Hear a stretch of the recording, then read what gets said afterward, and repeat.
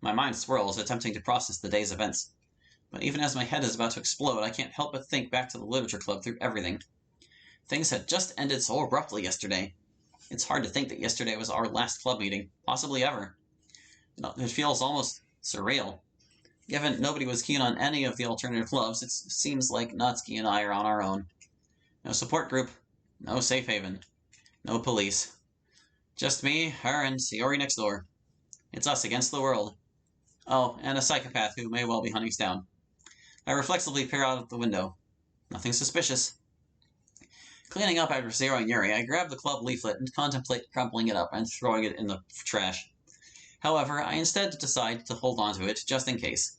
I grab my bag and stuff it in, next to my geography textbook and the shimmer. I've never have had a reason to peer much past my door. I had food, water, a bed. What else did I need? Though this room is pitch black, and I'm content, happy somewhat, my eyes adjusted over time to see only what I meant to. I woke up sometime later, and I saw a light under the doorframe. My eyes burned, and away I turned, but there it stayed, annoyingly. Soon after, I looked at it again, but this time it didn't burn as bad. It was warm and inviting somehow, beckoning me to discover more. At first I resisted the thought. Why waste time, I said. Why bother when all this is enough for me now? Or for me for now, rather. But the light heated up the floor, and I found myself envious, because now I see that my room gets really cold when I sleep. I give in finally and pull. The door opens without a sound, and I'm flooded by burning lights and colors I've never seen before. Outside is a hallway that seems to stretch on forever and ever. Doors like mine, open and closed, lights bright, off, flickering. The door opposite mine is open, and is filled with magnificent colors, the likes of which I have never seen, a picture of blues, greens, purples, and pinks. Inside this room were empty jars, and I took one for myself, and I caught myself a little color, pink and white and shining bright. My door is half closed now, because sometimes I like the shadows and dark, and the silence it offers, but when it gets cold as I sleep, the pink light shines across the room, and shows me the colors inside here, that I was missing. The whole time. Well, with hindsight, it's pretty bad. And long. Way too long. But looking for anything at all to take my mind off him. As Natsuki makes her way downstairs, I decide to float along since forgotten plan. Would you look at this? I found my poem. The one we wrote for the club on Friday. Oh, yeah, I remember. Well, we never did get to read each other's poems like we planned. Natsuki begins looking through her own bag. You sure you want to?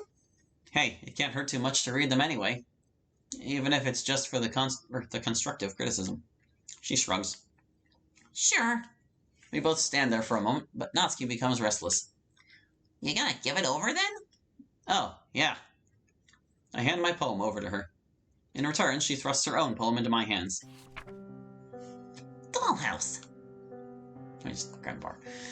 I remember my toys from when I was small. A kitty cat, a horse, a plush, and a house for a doll. The house was really weird. It had these closable walls, so you could make a perfect home for all your perfect dolls. You could have a family within the house's walls, a perfect little home of perfect little dolls. But when you put them away and close up the walls, would they remain as they were, as perfect little dolls? Would they love? Would they try? Would they scream? Would they cry? Behind plastic smiles, would anyone know the difference? Natsuki. She turns to me, eyebrow raised, before resuming reading. That was really... Shh, sorry, just a sec. Nodding, I give her the time to finish reading my poem. I watch with bated breath as Natsuki's eyes scan the page. I hope she likes it. I can barely contain my own thoughts on hers. As she lowers the poem to face me, we both share a look. Wow. Registering the jinx, we both chuckle a bit. Somehow, she refrains from calling it and socking me in his arm. A few anxious seconds pass, with both trading looks to figure out who goes first. Natsuki wins. I really liked that. I'm caught by surprise. Wasn't it a bit too much? Since when was that a problem? I mean, maybe it was a bit headlong, but I don't think it mattered. I just thought that, what with you and Yuri's conflicting styles. Hallie, I was talking about being needlessly wordy. I don't have a problem with something being long unless it's done for the sake of it, or to look smarter than it is. I just think I don't know, I think the story called for it. I suppose. I shrug. Maybe it wasn't that big of a problem after all. And speaking of the story... Without warning, she lays the shimmer down on the coffee table before launching into a hug. Taken aback, I initially jump a little, but quickly ease into it. She lowers her voice to a whisper. You're so sweet, Hallie. And man, you were gonna show this to the club? It really means a lot to me. So, thanks. I'm happy to... It's no problem. Unsure how to respond, I grin back. Now, where to begin with Dollhouse? I run the words through my head carefully. I hope this isn't too sensitive. Were you really going to show Dollhouse to the club? Natsuki balks for a moment before answering. I wasn't. It was very much It was for your eyes only. I thought as much. Seems very... Blatant? Yeah, blatant. I can never give them something that obvious. I can't have them knowing. Well, maybe it's just obvious to me because I know what I know. I'm sorry, Hallie, but I'd never risk it. No, I wrote something a little more digestible for the club. Well, am I allowed to see it? You know, to be constructive and stuff? Natsuki scratches the back of her neck awkwardly. I ripped it up in Monika's face. Did you really have to hammer home the point that hard? Knowing where this leads, I second-guess bringing it up. In fact, maybe it's better we don't go there. Yeah, thanks. We take a second to look each other back and forth. Natsuki lunges forward and plants a kiss on my cheek before reaching for the TV remote and flicking through the channels. Well, I'm beat. That math really did a number on me. I'm gonna find us something nice and stupid to watch. Get the light, would ya? Sure. Rising to my feet, I make my way to the wall switch and flick it off, leaving only the illumination of the TV. I collapse back into the sofa. Natsuki follows. She pouts as dozens of different programs flicker across the TV. There's never anything good on, is there? She chuckles. I guess not. Maybe we could watch a movie? I've got a few I think you might like. You know, that's not a bad idea. So it's settled then. Here, help me pick one out. I stand and make my way towards the TV, crouching down in front of the cabinet. Wait, where are you going? I got a few Blu-rays in here. What is this foreign language you're speaking? We basically got every movie ever made on the TV. What do you need Blu-rays for? The selection on the TV isn't that expansive. In fact, it's pretty limited. What are your films too good to be visible to the masses? One of them is like the third most expensive film ever made. Maybe fourth. Now, I raised 2 movies for her, easing back into the comfort of the sofa and scooching up close. This film is really funny, but this one has remastered quality and has that lead guy you were fawning over when we watched your Cheese Fest. Second. But just so you know, I will miss maybe the first 20 or 30 minutes because someone's gotta make dinner. Oh, do you need some help or? No, dumbass. You stay put while I do all the hard work. Oh, thanks. And without another word, Natsuki disappears into the kitchen. I lethargically head over to the window, giving the street one last survey. Nothing. For some kind of peace of mind, I shut the curtains. I take the disc out of its case and pop it into the Blu-ray player. I yawn as I navigate the film menu and hit play. The opening credits begin scrolling as I hop back in place. I feel my eyelids getting heavy as I begin sinking into the couch. The stress I have undergone the past couple days has really taken me out of it. At this point, I deserve the break. Hey, do noodles sound good? It doesn't look like we really have much else. Hallie? Wednesday, 4th of October.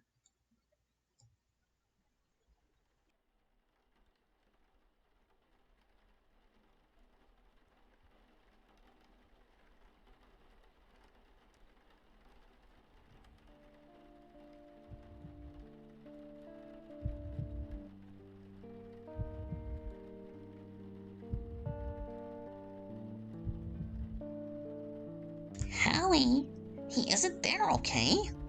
He's not here. Calm down. It's okay. Calm down. Just breathe. It's only me, okay? Just breathe. I wrench my eyes open. What's... Just take it easy a sec, okay? Breathe through your nose. I do as she says. Okay, good. That's better. You're doing great.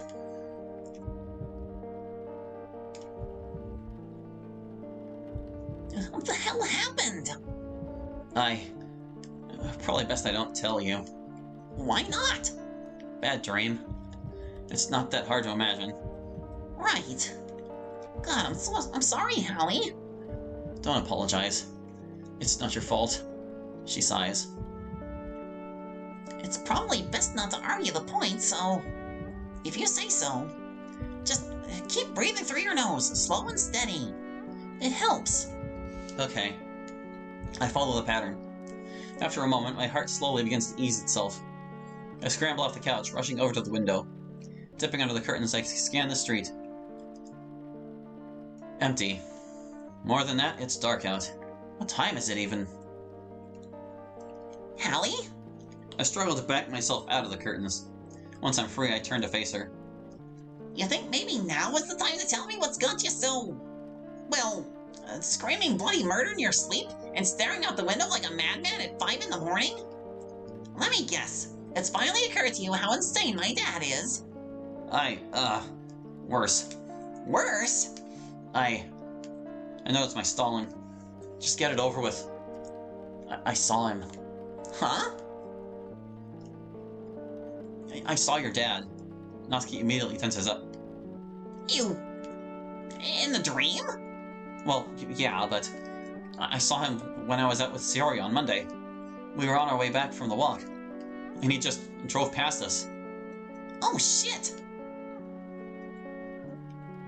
Before I can start to explain myself, Natsuki starts rushing around the room, closing any curtains, blinds, and other avenues of entry. He didn't see you, did he? No, he looked right through us, like we weren't even there. He had no reason to recognize us, so... Well, where was it? Just at the bottom of the hill. You know, the big one that leads up to the cliff top. Yeah, I know the place. That's like, what, 20 minutes away? Yeah. Oh, wait, you're sure it was him? I recognized him. I recognized the car. He was smoking, just like he was when I saw him the first time. It can't not be him. Okay. And when the hell were you planning on telling me? I was working on it. I don't know. I thought it'd be better for you. Fucking hell, of course you did it to protect me. That is so you. Hallie, you can't keep shit like this from me. I'm sorry. I know I had to tell you eventually, but I was scared. God, you do know what this means, right? It means he didn't take my running away lying down. He is out there. He is looking for me, and if I don't leave right now, he will find us. Yeah, he has no reason to know where you are. Well, wait, don't leave. Hallie, if I stay, you'll be in as much danger as I am. Do you even know what he'd do if he found you with me?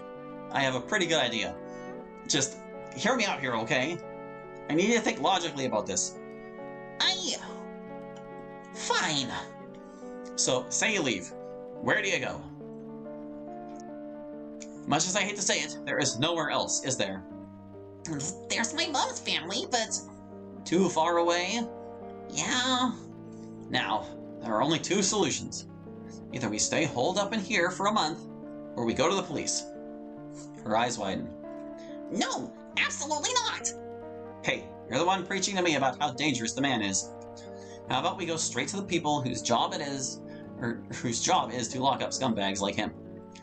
I've said it a million times, Hallie, and I'll say it again. They will not do a damn thing. They will get dragged through the system, the trauma, all that, all over again. She will rather. For nothing. They can't just do that. They didn't play by the rules and help me when I was 10, so why would I expect them to now? Listen, I'm sorry it happened before, but it's this or he finds us, right? Not really. I just don't get it. Game? Oh, there we go. You don't need to get it. You just need to listen to me for once. I understand the fear, really, I do. But this man is putting your life in danger, and I'm scared that you're not getting the help you need because you're afraid of actually making him face the consequences of his actions. I already told you why I'm not doing... It's not good enough, Natsuki. Oh, fuck you, Hallie. You call the police, you may as well walk me straight back home. buttons. Alright, fine. Let's assume no cops. What now? She thinks it over for a moment. Just give me enough time to pack. Maybe I can get to my mom's family. How are you planning to do that? Aren't they, like, on the other side of the country? I don't know. God. She shakes her head, racking it for ideas. I don't know.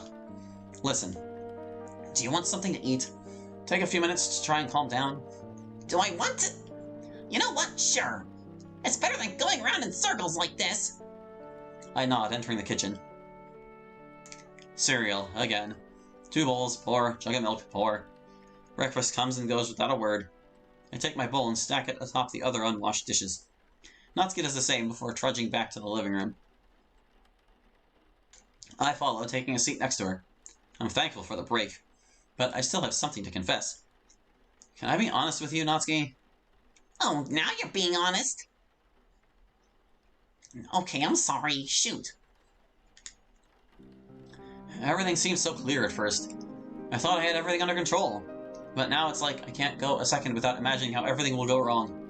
And now I dragged you into it, and I... Hey, wait. Look, I know we... She trails off, and then coughs. This whole thing might be a mess, but it's our mess. If anything, we dragged each other into this, so don't try to put all the blame on yourself. Just don't keep stuff like that from me again. Of course. Total transparency from here on out. Right. And it goes both ways. Because we're gonna get nowhere if we keep hiding stuff from each other. Especially stuff like this. Yeah. Natsuki, after a moment, slowly leans over, resting her head on my shoulder. I gently stroke her hair and reciprocate, holding her. We stay like this for a silent moment, a passing comfort amidst storming thoughts. Natsuki sighs. What do we do, Hallie? Well, you already know our options. Either we wait it out until you turn 18, you try your best to travel 400 or so miles to get to your mom's family, or... I sigh. Yeah. You wanted to be honest, I'm being honest. But no matter what, I'm with you. Really? Really. Besides, we've only got 32 days to go, so we just have to keep our heads down until November. Then there'd be no chance the cops would send you back like they did before. Okay, that sounds like a plan. I'm sure it's a given, but that means no school. Oh, yeah. Just, we have to try and keep up with our work. We're gonna take a hit no matter what, but it might help. Of course. And hey, we might be able to make it something fun. I think the fun factor depends on the subject, but... yeah, I'd like that. She sighs. I love you, Hallie. I love you too. And I'm sorry for not telling you. Well, it's out there now. I yawn as she reaches for the TV remote, but holds off. Hallie, you should try and get some sleep. Like, actual sleep. You look pretty desperate for it. You sure? I can hold down the fort here. Though, can I borrow your phone? Why? I'm gonna talk to Sayori. Tell her we won't be going into school for the foreseeable future. Oh, sure. I hand her my mobile. There's a charger cable down the back of the TV somewhere. It's a relief to have finally gotten it off my chest, but I try to push the whole horrible affair out of my mind. For now, I need to sleep.